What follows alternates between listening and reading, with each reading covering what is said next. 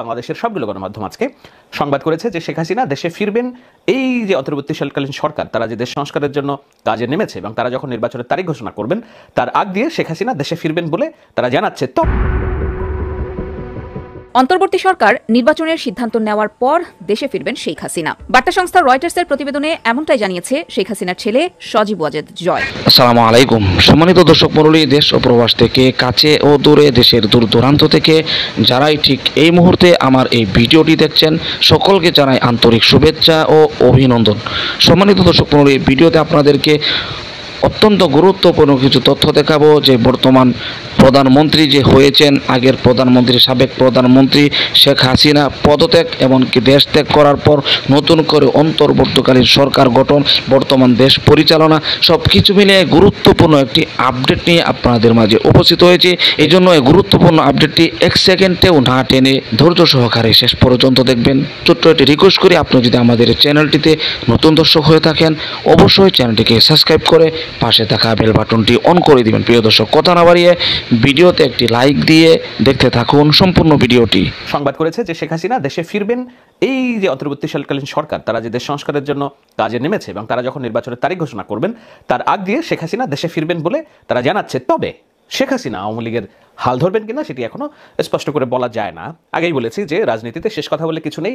আমি গতকালকের একটি আলোচনায় বলেছিলাম যে এই যে অন্তর্বর্তীকালীন সরকারের মেয়াদ কি হবে, তড়িঘড়ি করে নির্বাচন দিলে আরেকটি রাজনৈতিক সরকার আসবে এবং সেই রাজনৈতিক সরকারকে আন্দোলন করে পরিবর্তন করে যদি আবার আওয়ামী লীগ সরকার ক্ষমতায় আসে তাহলে আজকের যে সাংবিধানিক সরকারকে টপল করার জন্য পেছনে যত ছাত্র এবং জনতা তাদের প্রত্যেকের ভিডিও ফুটেজ দেখে এই যে একটা রাষ্ট্রদ্রোহিতার মামলা দায়ের করার মতো প্রতিহিংসার রাজনীতি আওয়ামী লীগ রাখে, যে তার প্রমাণ তারা খন্দকার মুশতাকের ক্ষমতা গ্রহণের পর শেখ মুজিব হত্যাকাণ্ডের ইনডেমটি অধ্যাদেশ যে সংবিধানে সংযোজন করা হয়েছিল সেটি বাতিল করে ফাঁসির রায় কার্যকর করেছিল। সুতরাং বোঝাই যাচ্ছে যে তারা এই গেম থেকে সরে যাওয়ার পরেও এখন এই নতুন তত্ত্বাবধায়ক সরকার যখন ঘোষিত হয়েছে তাদের পছন্দের ডক্টর মোহাম্মদ ইউনূস, যেই ইউনূসকে তারা বলেছিল পদ্মা নদীতে চুবিয়ে মারবে, সেই নিয়তির নির্মম পরিহাস যেই চেয়ারে বসে বলেছিলেন সেই চেয়ারে বসেই ডক্টর ইউনূস এখন এই রাষ্ট্র পরিচালনার দায়িত্ব নিয়েছেন। তো এখন মনে হচ্ছে যে নতুন সরকারের প্রতি তারা ধ্বংসাত্মক কিংবা ঘৃণা না ছড়িয়ে তারা চেষ্টা করবেন এই সরকারকে যেন গণতান্ত্রিক পরিবেশ ফিরিয়ে আনার জন্য যেসব রাজনৈতিক দলের সহযোগিতা দরকার সেই সহযোগিতা তারা করতে চায়। এরা ধরনের একটা অপশন তারা ছুড়ে দিয়ে তারা কি করতে চাইছে যে মাঠের যারা আওয়ামী লীগ রাজনীতিক আছে, ব্যবসায়ী আছে, তাদের অর্থনৈতিক যোগানদাতা যেসব প্রতিষ্ঠান আছে, তাদের জেনোসাইড সিম্পাথাইজার যারা আছে, তাদের যেন গণরোষে না পড়তে হয় সেটার জন্য একটা সম্ভাব্য একটা ক্লজ, একটা অপশন তারা ওপেন করতে চাইছে যে না, তোমরা যদি পথে আগাতে চাও আমরা তোমাদের সহযোগিতা করব যদি আমাদেরকে দায় মুক্তি দাও। এখন দায় মুক্তির বিষয়টা যখন আসছে তখন আমি আমার শুরুর বক্তব্য আবার শুরু করি যে হ্যাঁ, আমিও চাই শেখ হাসিনা দেশে ফিরে আসুক এবং তাকে দেশে ফিরে আনার জন্য এরই মধ্যে গোপালগঞ্জের যে আওয়ামী লীগ তারা সম্মেলন করেছে, নিজেদের মধ্যে বলছে যে সড়ক অবরোধও করেছে। একটা সংবাদ দেখলাম যে তারা শেখ হাসিনাকে দেশে ফিরিয়ে আনার দাবিতে মানববন্ধন করেছে। ইয়েস, আমরাও চাই শেখ হাসিনাকে দেশে ফিরিয়ে আনতে, কেননা শেখ হাসিনাকে ভারত স্পষ্টভাবেই বলেছে যে ভারতের মাটিতে জায়গা হচ্ছে না শেখ হাসিনার জায়গা তিনি চেয়েছিলেন যুক্তরাজ্যে, ব্রিটেনের কাছে।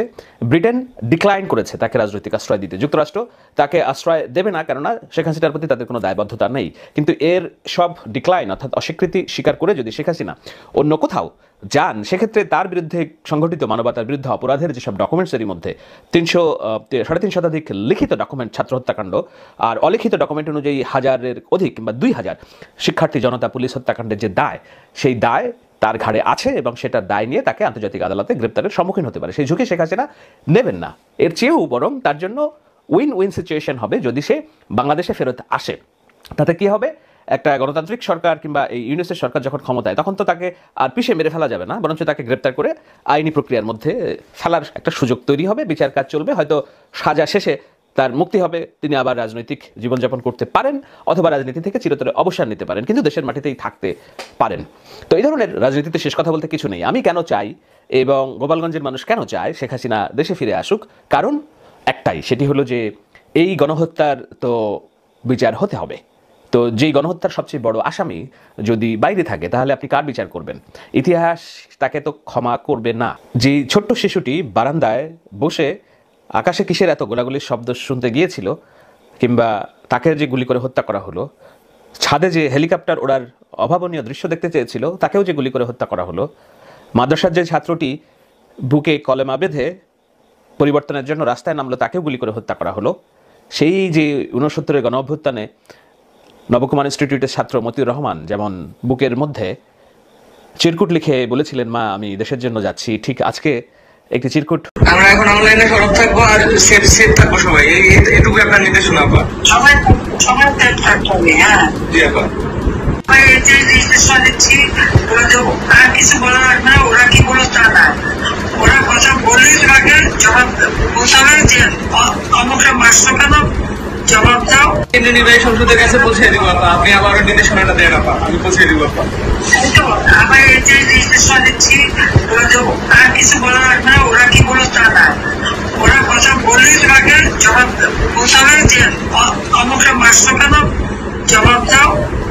এই বন্ধের এভাবে লাঞ্ছিত করছো কেন, পাকিস্তানি আলাদা বাহিনীর মতো সেটা জবাব দাও। তোমাদের ওইটাই যাবে কমান্ড। আমরা এখন অনলাইনে সরব থাকবো আর সেফ থাকবো সবাই, এটুকু আপনার নির্দেশনা আপা। সবাই সেফ থাকতে হবে। হ্যাঁ জি আপা। সবাই যে কজন কেন্দ্রীয় কর্মচারী নামের তালিকা বাংলাদেশে সবাইকে সেফ থাকতে হবে। জি আপা। এরা মানুষের ছাত্র আপা, আপনি শুধু এইটুকু জেনে রাখেন, আমরা ছাত্রলীগ আপনার সাথে বেমানি করিনি আপা, আমরা রাজপথে রক্ত দিছি, আমরা জীবন দিছি আপা, প্রয়োজনে আবার দিব, 1000 বার জন্ম নিব প্রয়োজনে, আমরা আপনার সাথে বেমানি করি নাই, কখনো করবো না আপা। আচ্ছা জি আপা, জয় বাংলা আপা। আর কিছু বলা লাগবে না, ওরা কি বলো তা না, ওরা কথা বললেই তোমাকে জবাব বলতে হবে যে অমুকটা মাসটা কেন জবাব দাও। কেন্দ্রীয় নির্বাহী সংসদের কাছে পৌঁছে দিব আপা, আপনি আবার নির্দেশনাটা দেন আপা, আমি পৌঁছে দিব আপা।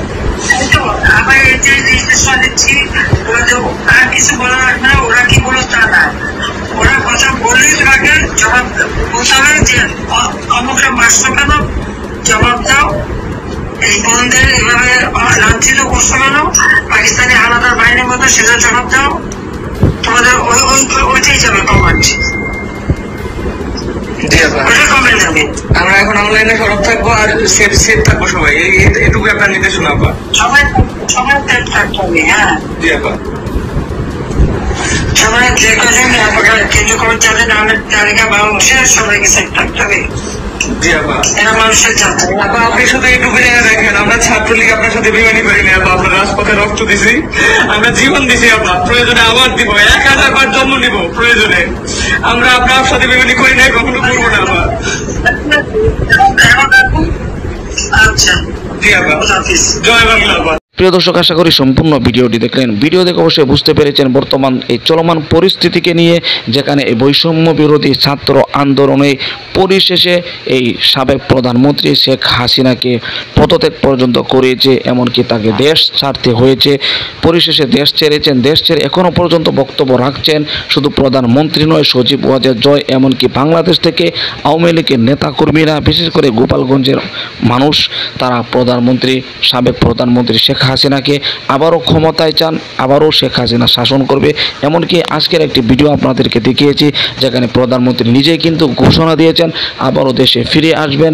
যারা এই সমস্ত জ্বালাওপোড়া করেছে, বিশেষ করে বঙ্গবন্ধু শেখ মুজিবুর রহমানের এই ভাস্কর্যকে ভেঙেছে, তাদের উপযুক্ত বিচার করা হয়। প্রিয় দর্শক, এই সাবেক প্রধানমন্ত্রী শেখ হাসিনা আবারও বাংলাদেশে আসা, এমনকি নির্বাচন করা, তাকে ভোট দিয়ে জনগণ পাশ করাবে, এমনকি সে আবার ক্ষমতায় যাবে। আবার এই সমস্ত বিষয় নিয়ে আপনার কোনো মতামত থাকলে আপনার মূল্যবান মতামতগুলো কমেন্ট বক্সে জানিয়ে দিবেন, এমনকি এই ভিডিওটি শেয়ার করে সকলের মাঝে ছড়িয়ে দিন। প্রিয় দর্শক, আজকের মতো এখানে শেষ করছি।